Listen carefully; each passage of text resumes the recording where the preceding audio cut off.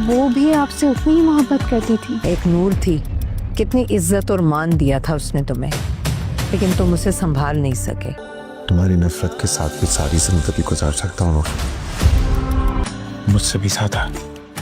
اسی لیے آپ مجھ میں حور کو تلاش کرتے ہیں؟ ہر بات میں آپ پتہ نہیں نور کو کیوں لے کر حاضر تھی؟ موم آپ کم از کم اس سے پوچھ لیتی نا کہ وہ کہاں جا رہی ہے۔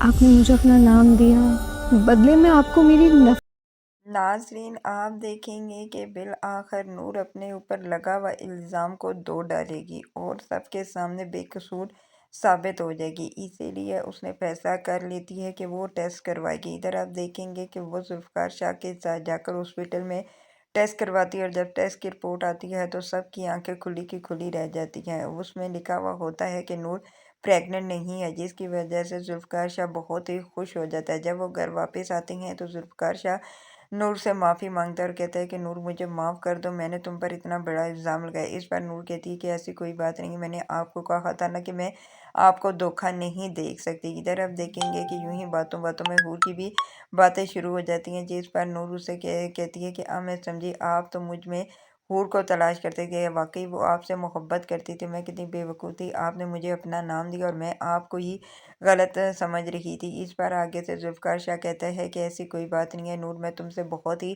محبت کرتا ہوں، آخری دم تک محبت کرتا رہوں گا۔ اور اس پر وہ کہتی ہے کہ واقعی آپ حور سے بہت محبت کرتے تھے، وہ آپ سے بہت محبت کرتی تھی۔ تو وہ کہتا ہے کہ وہ میں اس سے کیا، وہ مجھ سے بھی زیادہ مجھ سے محبت کرتی تھی، میں اس کے بغیر جینے کا تصور بھی نہیں کر سکتا تھا، لیکن نور اب تم مجھے معاف کر دو۔ نور اپنے آپ کو شرمندہ سمجھ رہی ہوتی ہے کیونکہ اس نے ذوالفقار شاہ کے ساتھ بہت ہی برا سلوک کیا ہوا ہوتا ہے، جس کی وجہ سے وہ کہتی ہے کہ ذوالفقار شاہ کو کہ آپ مجھے بھی معاف کر دیں۔